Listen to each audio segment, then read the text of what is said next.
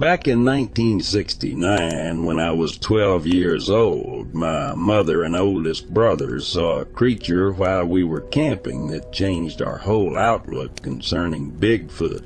This is our story. It was Friday afternoon, and my family was all excited about going on a weekend camping trip. My dad got off work a little early, and we, my mother, 5 brothers, and my sister had the truck packed, so there was no delay in leaving when Dad got home. As we were heading down our street, my great aunt stepped out to the curb in front of her house and waved us down. She found out where we were going from my mother earlier that day. Instead of telling us to have a good time, she warned us not to go. She said a few weeks earlier she and my uncle had gone to the same place we were going and were fishing on the river when suddenly she saw a hairy face peering at her through the bushes as she fished. It scared her, and she began calling for my uncle. It must have scared the creature because it ran away very fast. When she told my uncle what she saw, he just called her a crazy old woman, but took her home anyway. Well, upon hearing what she just said, my dad laughed and told her we would keep an eye out for her booger. We arrived on the river in plenty of time to set up the camp and have supper before it got dark. Soon it was dark, and my brothers were across the road from the camp, about 50 yards away, fishing for catfish.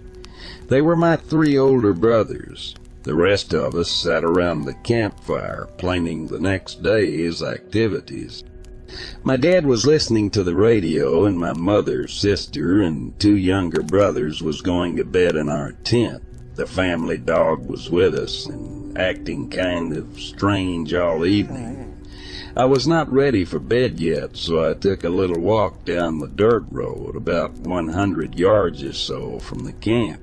The moon was out, but with all the heavy trees near both sides of the road, it was too dark to see more than 20 feet in front of me when suddenly my hair stood up all over me. I turned around fast and ran back to the camp. Thinking my aunt might be right about what she saw, I decided to go to bed, laying there for a while before falling to sleep. The next morning I got up from bed feeling great, and along with my family we had a wonderful day fishing, swimming, and just enjoying the great out. Soon it was Saturday night, and my brothers was back fishing for them catfish across from the camp. My dad was listening to country music on the radio, and my mother and the rest of family was heading to bed. I was very tired from the activities of the day and decided to go to bed as well. It was around 9:00 p.m. A half hour had passed, and the dog was acting scared about something, and to my surprise he unzipped the bottom section of the tent and climbed in with us. So we let him stay in the tent to settle him down. My mother went outside the tent behind the truck to take a leak. Suddenly she began screaming. I jumped up to look out the window to see my mother running to my dad around the truck, saying it was watching me over and over again. As we all ran to my parents, my brothers fishing on the river also came running. My dad told everyone to start packing up. We are breaking camp.